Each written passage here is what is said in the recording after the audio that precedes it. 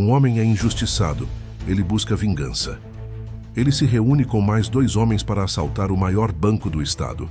Banco esse que era o mais seguro da época, cheio de homens armados até nos dentes. Uma história realmente incrível e com um final inacreditável. Prepare-se para se surpreender.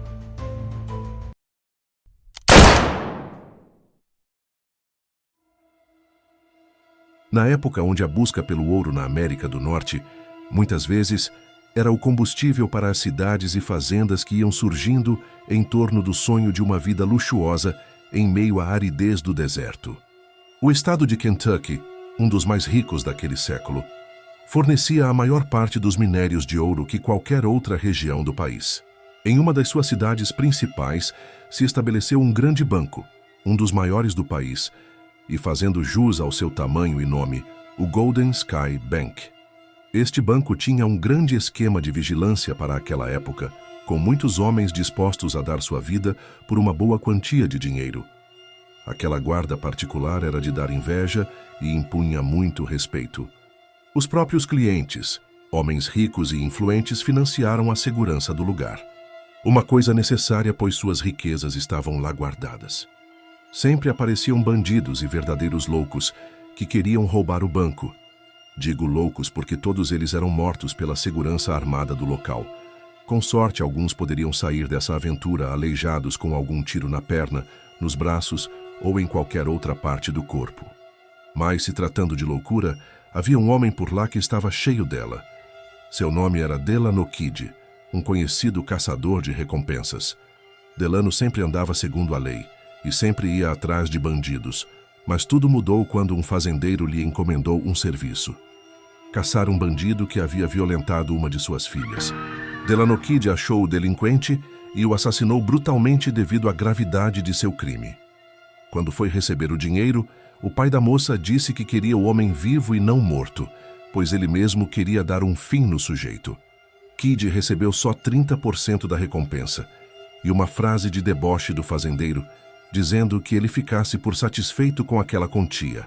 Não bastasse isso tudo, todas as notas que recebeu do serviço eram falsas, e o fazendeiro vivia contando por aí que era mais esperto que todo mundo e que ninguém passava ele para trás.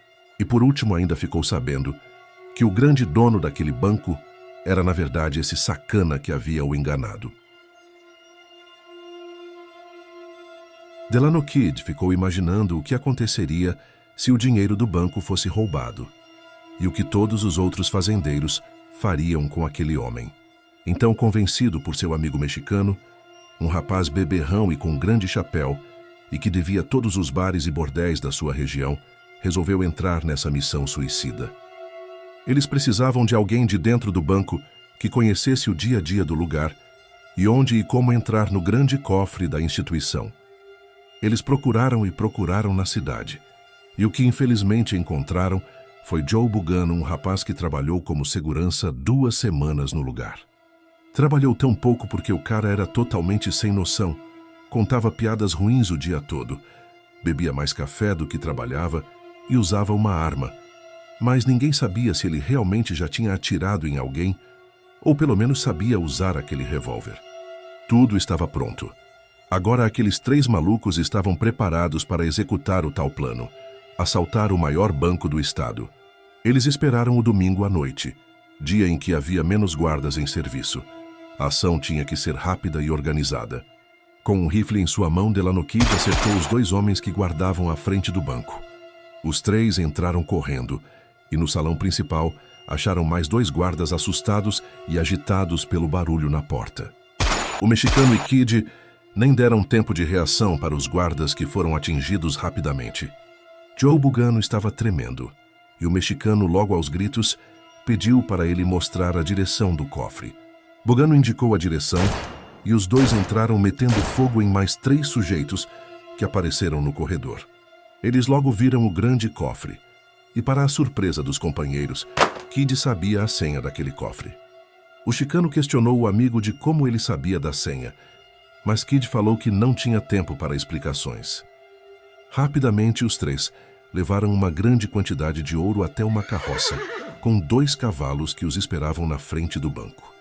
Tudo foi muito rápido e eficaz, e parecia que tudo ia sair perfeito.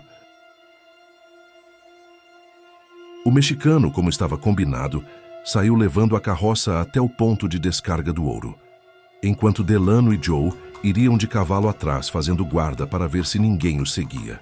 A carroça estava bem à frente e os dois companheiros atrás. De repente, um tiro.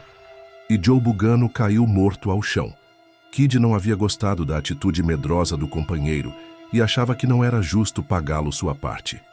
No ponto de encontro, o mexicano esperava os dois homens e logo estranhou só um deles, coisa que Kid explicou que Joe havia sido preso na cidade. Ao se virar para descer do cavalo, Delano Kid também tomou um tiro na nuca e morreu ali mesmo. O mexicano deu uma boa risada e tomou um pouco da bebida amarga que carregava, festejando todo o ouro que tinha ganhado. Mas pobre homem, ao subir na carroça, ouviu um som de rifle se armando. Quando virou-se, viu um homem desconhecido. O desconhecido disse que seu nome era Jackson. Ele era gerente do banco e havia combinado com Delano de dividirem aquele dinheiro.